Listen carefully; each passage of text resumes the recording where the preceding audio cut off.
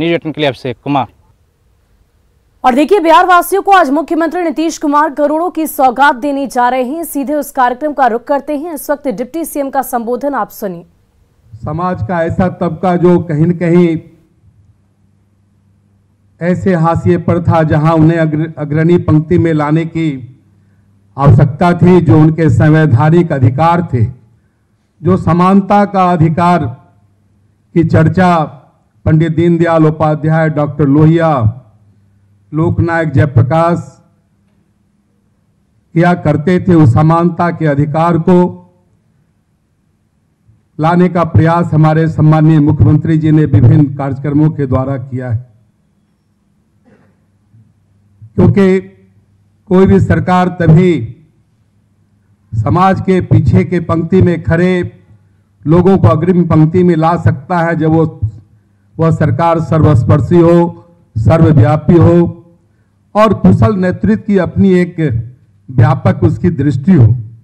और ये सारी चीजें हमारे माननीय मुख्यमंत्री जी ने संजोकर बिहार को आज विगत 15-16 वर्षों में ऐसे स्थान पर लाने का काम किया है जहां बिहार को अब विकसित बिहार की ओर अग्रसर हो रहा है। यह माननीय मुख्यमंत्री जी के नेतृत्व में ही संभव हुआ है। और आज जिस प्रकार से 9 जिलों में अन्य पिछड़ा वर्ग कन्या आवासीय +2 उच्च विद्यालय एवं 9 अन्य पिछड़ा वर्ग कल्याण छात्रावास भवन निर्माण का उनके कमलों से शिलान्यास हुआ।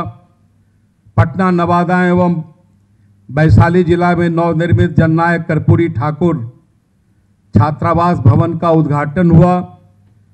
और पिछड़ा एवं अन्य पिछड़ा वर्ग के तमाम छात्र छात्राओं, नौजवानों को मुख्यमंत्री व्यावसायिक पाठ्यक्रम मार्गदर्शन एवं उत्प्रेरण योजना के अंतर्गत बिहार का प्रतिष्ठित चंद्रगुप्त प्रबंध संस्थान एवं चाणक्य नेशनल लॉ यूनिवर्सिटी के केंद्रों का भी शुभारंभ हुआ है। साथ ही साथ पिछड़ा वर्ग एवं अति पिछड़ा वर्ग की जो विकास यात्रा है, जिस यात्रा को हमारे मुख्यमंत्री जी की जो दूरदृष्टि नेतृत्व है उसको एक दिशा देने का काम किया और उसकी पूरी कथा को एक पुस्तिका के रूप में भी आज विमोचन माननीय मुख्यमंत्री जी ने किया है। मैं हृदय से माननीय मुख्यमंत्री जी को धन्यवाद देता हूं कि आपकी जिस सोच ने 2007-8 में पिछड़ा वर्ग एवं अति पिछड़ा वर्ग कल्याण विभाग का अलग से गठन करके और इनके विकास के जो जितने भी बहुआयामी कार्यक्रम हैं, जो समाज के अग्रणी पंक्ति में इन्हें लाने के लिए जो हमारे आपके जो कार्यक्रम हैं, उन कार्यक्रमों के द्वारा एक बड़ी फिजा बनी है, एक बड़ा बदलाव आया है। और खास करके हमारे जो समाज के कमजोर वर्ग के नौजवान हैं, वो कहीं न कहीं सिविल परीक्षाओं में काफी पीछे रह जाते थे, चाहे वो भाषाई कारण हो, चाहे जो बदलते पाठ्यक्रम के कारण जो परिस्थितियां बनती हो, कहीं न कहीं समाज का यह तबका के व्यक्तित्व का विकास नहीं हो पाता था। इस समाज के छात्र और छात्राएं सिविल सर्विसेज में या अन्य जो जितने भी प्रतियोगी परीक्षाएं हैं उसमें कहीं न कहीं पीछे रह जाता था। उसको आपने सिविल सेवा प्रोत्साहन योजना के तहत 4414 ऐसे छात्र छात्राएं हैं जिनको कि इस योजना के तहत उसे लाभान्वित किया गया है। और उसके कारण हमारे कई छात्र छात्राएं, हमारे नौजवान आज सिविल परीक्षाओं में बेहतर परिणाम लाकर तो माननीय मुख्यमंत्री जी का जो सपना था, उस सपना को पूरा करने का काम किया है। मैं ज्यादा कुछ नहीं कहते हुए आने वाले दिनों में भी आपके नेतृत्व में बिहार ने जिस प्रकार से विकास के क्षेत्र में एक अंगराई ली है और बिहार आज पूरे भारतवर्ष के मानचित्र पर अपनी यशस्वी यशोगाथा का गान, बिहार के प्रतिभाशाली छात्र छात्राओं के मेहनत, परिणाम और आपकी दूरदर्शी नीतियां जो बिहार को एक ऐसे रास्ते पर लेकर चला है जहां बिहार एक गौरवशाली बिहार के रूप में पूरा भारत ही नहीं पूरे वैश्विक स्थिति पर बिहार को लोग देख रहा है। और यह स्वाभाविक भी है। बिहार ज्ञान और विज्ञान की धरती रही है। बिहार की जो गौरवशाली हमारी परंपरा है, बिहार के गौरवशाली जो हमारे विश्वविद्यालय थे, जो कभी पूरे वैश्विक स्तर पर बिहार की एक विशिष्ट पहचान थी, चाहे वो विक्रमशिला विश्वविद्यालय हो, चाहे नालंदा विश्वविद्यालय हो, चाहे हमारे गया से लेकर राजगीर से लेकर जितने भी हमारी जो गौरवशाली सांस्कृतिक परंपरा रही है, उसके प्रतीक के रूप में बिहार के जितने गौरवशाली प्रतीक हैं, उनको आपने एक नया कलेवर और नए स्वरूप में लाकर अपने विरासत को हम अपने विरासत पर अभिमान कर सके, ये दृष्टि आपने दी है। हम उम्मीद करते हैं कि आने वाले दिनों में भी कि बिहार जो ज्ञान और विज्ञान की धरती के रूप में इसकी पहचान रही है, उसकी गौरवशाली परंपरा को आपने जिस प्रकार से पुनर्जीवित किया है, हम उम्मीद करते हैं कि आने वाले दिनों में समाज के जितने भी वर्ग हैं, जन सरोकार से जुड़े हुए जितने भी कार्यक्रम है, उसको जिस प्रकार से आपने कार्यान्वित करने का अपने सोच से एक बेहतर करने का काम किया है, उसके लिए हृदय से आपके प्रति आभार प्रकट करते हुए और आने वाले दिनों में भी आपके नेतृत्व में बिहार और बिहार के सभी वर्गों के लोग, चाहे सामाजिक, आर्थिक और शैक्षणिक दृष्टि से भी अगर पिछड़े हैं, तो उन्हें समाज की अग्रिम पंक्ति में लाकर आप जिस प्रकार से बिहार को नेतृत्व दिया है, यह नेतृत्व इसी तरह से बढ़ता रहे, यही कामना के साथ बहुत बहुत धन्यवाद। वंदे मातरम।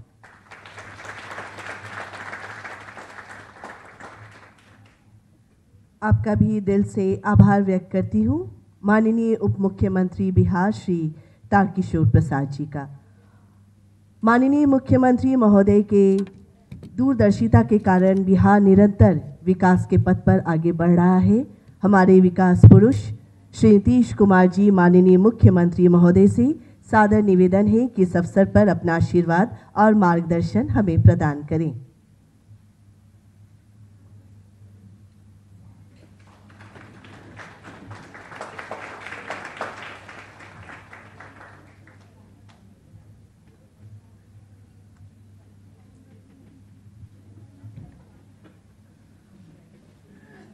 पिछड़ा एवं अति पिछड़ा वर्ग कल्याण विभाग के द्वारा जो आज विभिन्न योजनाओं के शिलान्यास और उद्घाटन का कार्यक्रम आयोजित किया गया है,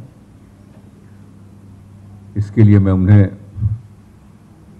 बधाई देता हूं। और आज इस कार्यक्रम में यहाँ जो उपस्थित हैं माननीय उप मुख्यमंत्री श्री तारकिशोर प्रसाद जी, माननीय उप मुख्यमंत्री जो इस विभाग को भी देखती हैं श्री रेणु देवी जी, माननीय मंत्री भवन निर्माण विभाग श्री अशोक चौधरी जी, माननीय मंत्री पथ निर्माण विभाग श्री नितिन नवीन जी, यहाँ उपस्थित माननीय अध्यक्ष बिहार राज्य पिछड़ा वर्ग आयोग न्यायमूर्ति श्री संजय कुमार जी, मुख्यमंत्री के प्रधान सचिव श्री दीपक कुमार जी, बिहार सरकार के मुख्य सचिव जनाब आमिर सुबहानी साहब, अपर मुख्य सचिव वित्त विभाग एवं भवन निर्माण विभाग श्री डॉक्टर एस सिद्धार्थ जी, पिछड़ा वर्ग एवं अति पिछड़ा वर्ग कल्याण विभाग के प्रधान सचिव श्री पंकज कुमार जी, सूचना एवं जनसंपर्क विभाग के सचिव श्री अनुपम कुमार जी, बिहार राज्य पुल निर्माण निगम लिमिटेड के अध्यक्ष श्री संदीप कुमार पुडुलकट्टी जी, मुख्यमंत्री के ओएसडी श्री गोपाल सिंह जी और वीडियो कॉन्फ्रेंसिंग के माध्यम से जुड़े हुए सभी जिलाधिकारीगण, अन्य अधिकारीगण, विशिष्ट अतिथिगण, प्रिंट एवं इलेक्ट्रॉनिक मीडिया के पत्रकार मित्रों, छायाकार बंधुओं और इस कार्यक्रम में उपस्थित छात्र छात्राएं, बहनों एवं भाइयों, आज के इस विशिष्ट कार्यक्रम के लिए और जो कुछ भी बातें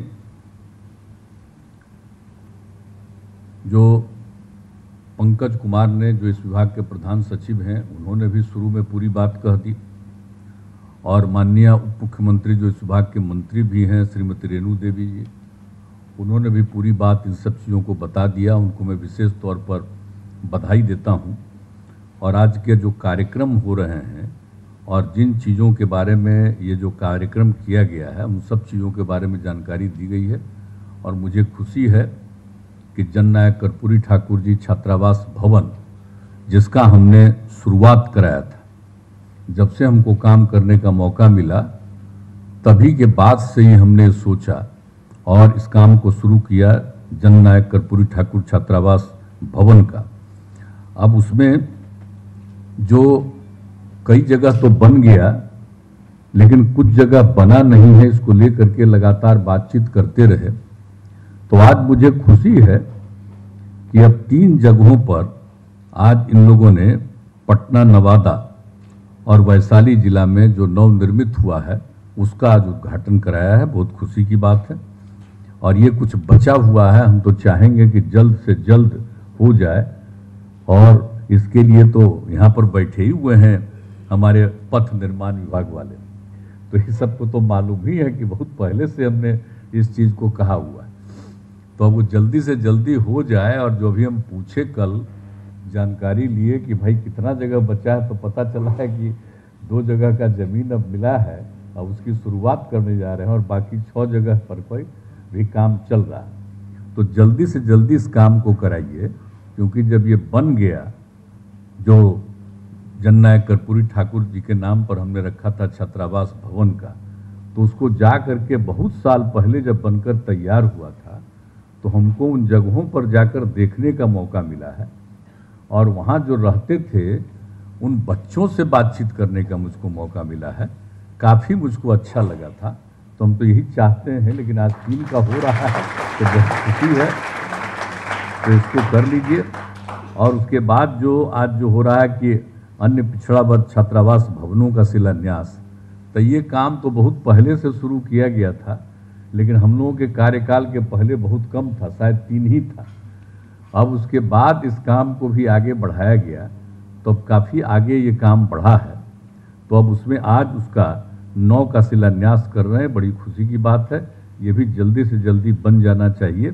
तो इसके लिए भी इन्होंने सूचनाएं दी है और आज भी कह ही रहे थे। तो इन सब चीज़ों का काम जरूर हो जाए, बहुत खुशी की बात होगी।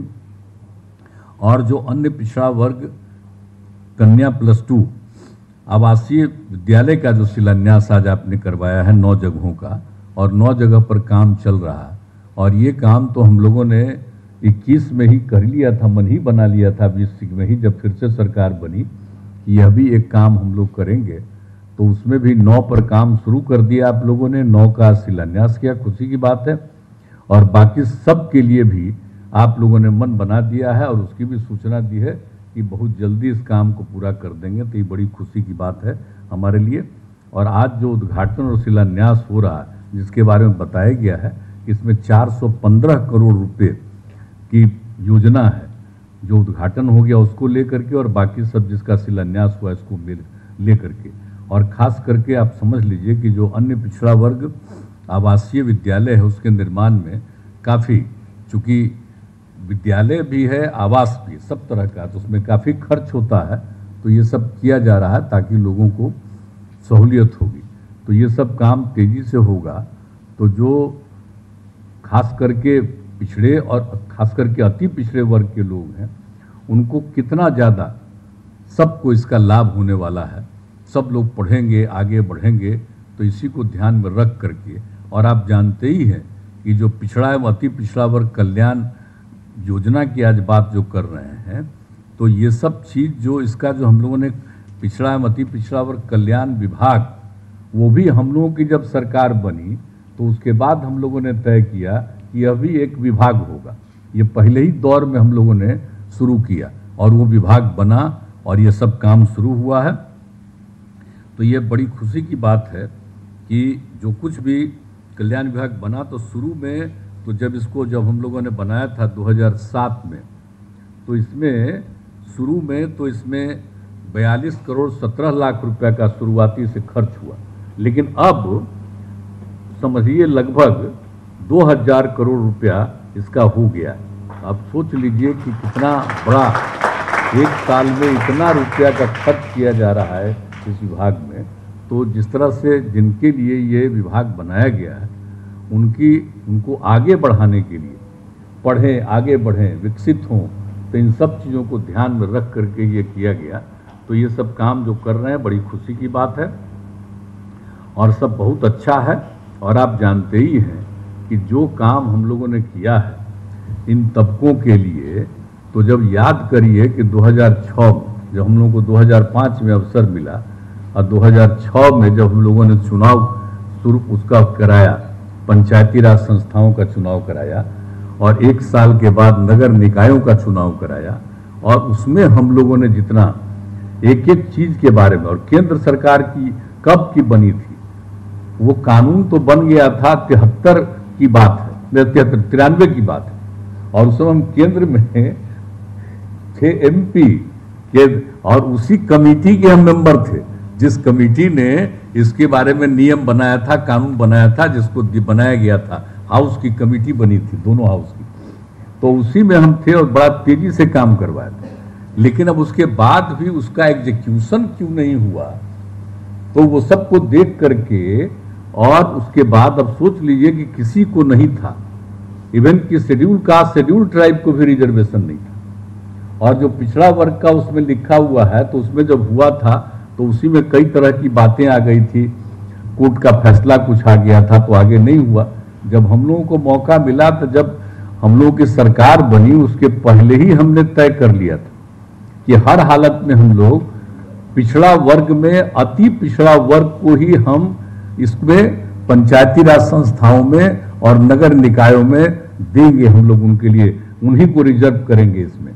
तो ये बात हुआ, उसी के लिए हम लोगों ने कानून बनाया, और 20% उनके लिए, और अनुसूचित जाति जनजाति का जो संख्या निर्धारित उस समय तक था वही है 16% अनुसूचित जाति, 1% अनुसूचित जनजाति। लेकिन उसी समय आप समझ लीजिए कि जो पहले से केंद्र में कानून बना उसमें था कि कम से कम 1/3 महिलाओं के लिए आरक्षण होना चाहिए। तो हम लोग तो कानून बनाने में थे ही, तो 1/3 पे लिखा हुआ ना कि इतना कम से कम होना चाहिए। तो जो हमको बिहार में काम करने का मौका मिला, तो उसी समय हमने सबसे परामर्श किया और हमने कहा कि भाई पुरुष और महिला को तो बराबर हिस्सा मिलना चाहिए, इसलिए 50% आरक्षण होना चाहिए। और हम लोगों ने 50% का आरक्षण किया। और आप देखते कि आज प्रधानमंत्री जी आए थे अभी कुछ दिन पहले, उन्होंने बताया कि सबसे पहले बिहार में इन लोगों ने किया महिलाओं के लिए 50% का आरक्षण, पंचायती राज संस्था में 2006 में, और उसके बाद 2007 में नगर निकायों में। तो ये सब काम तो हम लोग करते रहे हैं। तो ये सब चीजें तो हुई है और आगे बढ़ रहा है, सब तरह से हो रहा है। और जो अब बचा हुआ जो हिस्सा है, मुझको पूरा उम्मीद है कर्पूरी छात्रावास वाला, वो सब चीज जो है हो जाएगा। और 4 जिलों में जो काम चल रहा है, जो इन लोगों ने बताया, जिसकी चर्चा हमने कर दी, तो वो तेजी से हो जाएगा ये कह रहे हैं। और जो उसके लिए 2 जिला बच गया था, उसके लिए ये लोग अब निविदा की प्रक्रिया शुरू कर चुके हैं। ये खुशी की बात है। और सब लोगों के लिए कितनी उपलब्धता हो रही है, अब आप समझ लीजिए कि हम लोगों ने तो यहाँ तक कि जो बात बढ़ाया आगे और बात करते रहे, तो यहाँ तो हमारे जज साहब भी यहाँ पर मौजूद है और कितना बढ़िया कोर्ट का भी फैसला हुआ है। और उसके बाद आप समझ लीजिए कि आप 2016 में बिहार न्यायिक सेवाओं के आरक्षण के संबंध में ऐतिहासिक फैसला लिया गया और उसमें अति पिछड़ा वर्ग के लिए 21% और पिछड़े वर्ग के लिए 12%, अनुसूचित जाति के लिए 16% और अनुसूचित जनजाति के लिए 1%, यानी सबको जोड़ लीजिए 50% के करीब। तो ये चीज हो गया है कि अब कोर्ट में भी जो लोगों की नौकरी होती है उसमें जाते हैं बनने के लिए, वकील बनने के लिए, तो उसमें भी ये अब सुविधा हो गई। तो इस तरह के लोगों को अब पहले कहाँ होता था, तो नीचे के स्तर पर तो अब सब जगह अब शुरू हो गया ना कि अब सभी तरह के लोगों को अवसर मिल रहा है, तो वो भी अब चले जाएंगे इसमें, आपको पूरे न्यायिक सेवाओं में काम करने के लिए सब चले जाएंगे। और उसके बाद आप जानते ही हैं कि सब तरह से सारा काम किया जा रहा है जो अभी आप किया है कि अन्य पिछड़ा वर्ग छात्रावास वाला, तो वो तो बात हो ही गई कि पहले ही कम था, अब उसमें ज़्यादा कर दिया है इन लोगों ने। और मेरे ख्याल से कि अब इसका जो बचा है, अब इसका जो है करीब 23 छात्रावासों का कार्यकाल हो चुका है और 9 का शिलान्यास हुआ है और 6 अन्य पिछड़ा वर्ग छात्रावास का निर्माण इन लोगों ने मुझको जानकारी दी है कि 1 साल के अंदर कराएंगे। इसके लिए मैं आपको बहुत बहुत धन्यवाद देता हूं और आपको बधाई देता हूं कि ये काम आप 1 साल के अंदर इन सब चीज़ों का कर लीजिएगा। और जो नया बना है जिसकी चर्चा हम लोगों ने कर दी, अन्य पिछड़ा वर्ग कन्या 2 आवासीय विद्यालय का, तो उसका तो बहुत अच्छा है और ये बात तय हो गई है कि 9 का काम शुरू है, 9 का शिलान्यास है और जो 20 बचा उसका भी काम ये 2 साल में कर दिया जाएगा। तो इस तरह से इतना ज़्यादा उसमें अब कितना धन भी लगता है, लेकिन इस सब चीज़ का काम तय कर दिया गया है कि उसको 2 साल के अंदर भी कर देंगे ताकि सब लोगों को सुविधा हो जाए। तो और आपको पता ही है कि हम लोगों ने अनुसूचित जाति, जनजाति और अति पिछड़ा वर्ग के लिए आप जानते हैं कि सिविल सेवा प्रोत्साहन योजना भी हमने कब शुरू कर दिया, 2018 में, और कहा कि भाई कोई बीपीएससी में पहला परीक्षा पास कर जाएगा, प्रारंभिक परीक्षा पास कर जाएगा, तो उसको अंतिम परीक्षा देने के लिए उसको जो मेहनत करना पड़ता है, बहुत तरह का तैयारी करना पड़ता है, ये सब करना पड़ता है, तो प्रति व्यक्ति को 50,000 रुपया जो पहला कंपीट करते हैं उनके लिए। और उसी तरह से अगर होते हैं ये लोग जो यूपीएससी में, यूनियन पब्लिक सर्विस कमीशन में, उसके लिए अगर पहली परीक्षा में लोग प्रारंभिक परीक्षा में निकल जाते हैं तो अगले के लिए उसके लिए 1 लाख रुपया। तो इस तरह से कितना दिया है, तो अभी हमने उसके बारे में पता कराया कि भाई आजकल कितने लोगों को जो हम लोग ये सब किए हैं, 18 से शुरू किए हैं, तो कितने लोगों ने इसका लाभ ले लिया है। अनुसूचित जाति जनजाति के अभ्यर्थियों को बीपीएससी में 3118 और यूपीएससी में 92 और अति पिछड़े वर्ग के उत्तीर्ण अभ्यर्थियों को बीपीएससी में 4301 और यूपीएससी में 113 ने योजना का लाभ लिया। अब आप सोच लीजिए कि अब इसका योजना का लाभ मिलता है तो इसमें कितने लोग और ज़्यादा आगे बढ़ जाते हैं। तो ये सब जो सुविधा हो रही है और हम लोगों ने जो सब शुरू कर दिया है कि ताकि बड़े से बड़े अधिकारी बनेंगे, हर तरह का ये आगे बढ़ेंगे, तो ये सब तरह का काम खाली पढ़ाने के लिए नहीं कर रहे हैं, उसके आगे बढ़ाने के लिए भी हम लोगों ने एक एक चीज़ का जो काम किया। और आप जानते ही हैं कि उसके बाद तो लोग जो गांव में रहते हैं उसको भी तरह तरह की सुविधा दे रहे हैं। तो ग्राम परिवहन योजना हम लोगों ने शुरू कराया। अब जो ग्राम परिवहन योजना शुरू करा दिया उसमें 5 एक पंचायत में, जिसमें अनुसूचित जाति जनजाति के लिए 3 और अति पिछड़ा वर्ग के लिए 2, हर तरह से फायदा दिया है। तो आप समझ लीजिए अनुसूचित जाति और जनजाति के 22,887 और अति पिछड़ा वर्ग के 16,547 युवकों ने इस योजना का लाभ लिया। अब सोच लीजिए ग्राम परिवहन योजना का लाभ हम लोग दे रहे हैं, तो हर तरह से इसका लाभ जो हुआ है, तो एक तरह 1 लाख रुपया का अनुदान हम लोग दे रहे हैं। तो एक तरह से जो एक तरह के क्षेत्र में जो पूरे तौर पर काम किया जा रहा है। और आप जानते ही हैं कि रोजगार के लिए भी हम लोगों ने जो काम शुरू किया वो भी 18 में ही काम शुरू किया। और यहाँ पर बैठे हुए हैं सिद्धार्थ जी इस समय वही डिपार्टमेंट का काम था और ये काम जो कराया गया 18 में, वो कराया गया कि अनुसूचित जाति जनजाति के लिए हम लोगों ने उद्यमी योजना की शुरुआत की और उसमें था कि 5 लाख रुपए तक का अनुदान इनको मिलेगा और 5 लाख रुपए का ऋण मिलेगा। उसमें किसी भी तरह का ब्याज नहीं मिला, ब्याज मुक्त ऋण दिया जाएगा। ये किया गया। अब ये जब काम शुरू हो गया और उसकी यहाँ मीटिंग हुई थी और कितना बढ़िया कार्यक्रम, लोग आए थे और कितने प्रसन्न थे, तो बड़ी खुशी की बात थी। और ये काम जब शुरू हुआ तो उसके बाद हमने देखा और एक बार मेरे मन में बात आई और वो बात मेरे मन में आ गई कि जो जननायक कर्पूरी ठाकुर जी का जो जयंती समारोह था 24 जनवरी को जो होता है, तो वो जो 2020 में ही हम लोगों ने उनके उसी अवसर पर इस बात के बारे में सोच लिया कि अब यही लाभ, इसी प्रकार का लाभ अति पिछड़े वर्ग को दिया जाएगा और अति पिछड़ा वर्ग उद्यमी योजना को लागू कर दिया गया। अब आप समझ लीजिए, इन लोगों को तो लागू कर दिया। अब हम लोग जो फिर सरकार में आए हैं और उसके पहले सरकार में जा रहे थे, तब उस समय हम लोगों ने ये घोषित किया और जब सरकार बन गई तो उसको बाजाप्ता आपस में विचार करके और कैबिनेट का डिसीजन हो गया।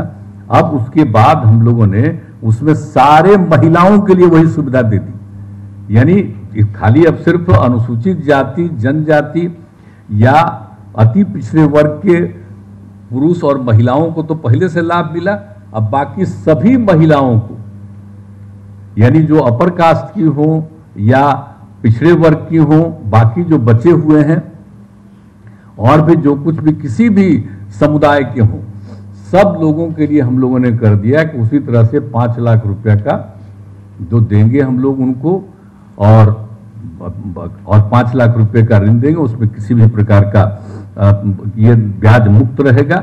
ये काम शुरू कर दिया। और उसके अलावे जो बाकी बचे, यानी अपर कास्ट के लोग और पिछड़े वर्ग के लोग, उनके लिए, अति पिछड़े को तो दे ही दिया गया था, अब उनके लिए भी हम लोगों ने शुरू कर दिया कि 5 लाख रुपए तक का तो अनुदान देंगे और 5 लाख रुपया का ऋण देंगे, जिसमें मात्र 1% का ब्याज। अब सोच लीजिए 1% ब्याज का कोई मतलब क्या है, तो इसलिए उनके लिए भी ये काम कर दिया गया। तो ये नहीं है कि बाकी किसी को हम लोग नहीं सोचते, समाज के हर तबके के उत्थान के लिए। और बहुत पहले हम लोगों ने 12-13 में से शुरू किया था। यहीं पर हैं अमीर सुबहानी साहब, तो ये सब विभाग देखे रहते थे, उस विभाग को भी कभी कभी देखे हुए। तो हम लोगों ने 12-13 में हम लोगों ने किया हुआ था अल्पसंख्यक रोजगार ऋण योजना, तो उसका लाभ लोग ले रहे थे। अब अल्पसंख्यक रोजगार ऋण योजना जो थी, उसके स्थान पर अब यही योजना लागू कर दिया कि जो लोग भी इसका लाभ लेंगे, अब उसमें तो मान लीजिए SC ST नहीं है, लेकिन अति पिछड़ा तो है ही, तो उनको तो लाभ वही मिलेगा।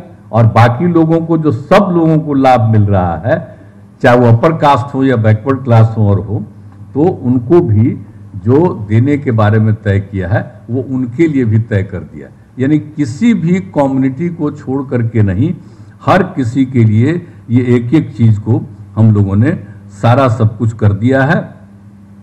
और आप जानते ही हैं कि एक एक तरह से हर प्रकार से कुछ भी किया गया है। और अभी आप लोगों ने बता ही दिया है कि भाई छात्रावास अनुदान योजना और मुख्य खाद्यान्न आपूर्ति योजना, अब जो सब रहेंगे छात्रावास में, इसमें तो सबका, अनुसूचित जाति जनजाति का भी और अति पिछड़ा वर्ग का भी, और जो अल्पसंख्यक समुदाय वालों के लिए बना है उनको भी ये सब सुविधा है। ये सब हम लोगों ने सुविधा दी है कि हॉस्टल में तो इनको छात्र छात्राओं को आवासन अन्य सुविधाएं तो निःशुल्क है ही, लेकिन जो कुछ भी वहां पर रहते हैं आवास में, उनको हम लोग 1000 रुपया प्रति माह का लाभ दे रहे हैं। और उसके अलावे उन सभी लोगों को 15 किलो मुफ्त अनाज भी उनको दिया जा रहा है। वो सलवा बनाएंगे तो खाना खाएंगे ना जी, तो इतना तो 1000 रुपया हम लोग दे ही रहे हैं, लेकिन उसके अलावे उनको ये भी काम हम लोग दे रहे हैं, 15 किलो मुफ्त अनाज भी। तो ये सब काम किया जा रहा है। तो एक एक काम तो सबके हित में किया ही जा रहा है। तो अब जो पिछड़ा वर्ग और अति पिछड़ा वर्ग कल्याण विभाग ने जो काम किया है, ये बड़ी खुशी की बात है। और ये सारा काम कर रहे हैं और आज तो बता रहे हैं ये अब क्या है, अब तो 2000 करोड़ रुपए का लाभ मिलता है लोगों को। तो इसीलिए इतना ज्यादा सब कुछ करते हुए सब तरह का विकास और सबके कल्याण के लिए ये काम किया जा रहा है। और ये खुशी की बात है कि इसी तरह से होता रहे। और अपने बिहार में अब देख लीजिए, अब कितना लोग जब परीक्षा रिजल्ट आता है तो उसमें कितना बढ़िया सभी कम्युनिटी के लोग, सब लोग कितना आगे बढ़ रहे हैं। ये बहुत खुशी की बात है। अब आगे सेवा भी प्राप्त कर रहे हैं और अन्य प्रकार की सुविधाएं मिल रही हैं। महिलाओं के उत्थान के लिए जो हम लोगों ने काम किया है और क्षेत्रों के विकास के लिए जो काम किया है, तो जिस तरह से अब जो विकास हो रहा है और जितना भी पहले क्या था, पहले देखते थे कहीं कोई लड़की या महिला का कपड़ा उपड़ा कहीं दिखता था ठीक है। अब आज जाइएगा तो सब जगह देखिएगा कि सारी महिलाएं, सारी लड़कियां अब कितनी अच्छी लगती हैं। जो गरीब गुरबा तबके के लड़के थे, बच्चे थे, अब उसका भी क्या बुरा हाल था। आज कहीं भी जाइए, किसी भी इलाके में घूमते हैं, देख करके बड़ी खुशी होती है।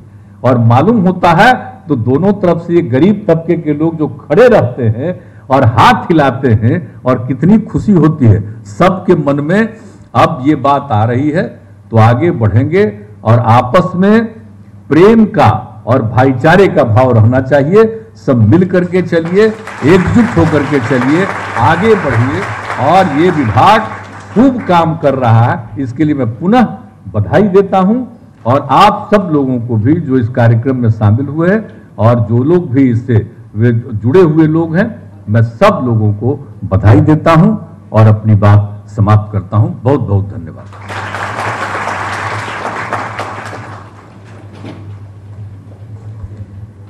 बहुत बहुत आभार, धन्यवाद माननीय मुख्यमंत्री महोदय का इस अवसर पर अपने आशीर्वाद और मार्गदर्शन देने के लिए। तो आपने सुना, मुख्यमंत्री नीतीश कुमार ने तमाम तरह की योजनाओं के उद्घाटन के साथ ही बिहार को और भी विकास के पथ पर अग्रसर करने की बात कही है।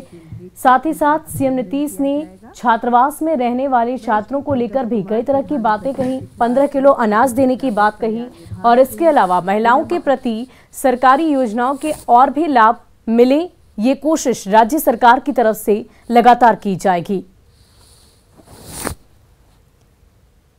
और देखिए, इसी बीच सूत्रों के हवाले से आपको बड़ी खबर फुलवारी शरीफ मॉड्यूल से जुड़ी हुई बता दी, जहां अतहर परवेज के पास नुपुर का नंबर मिला है।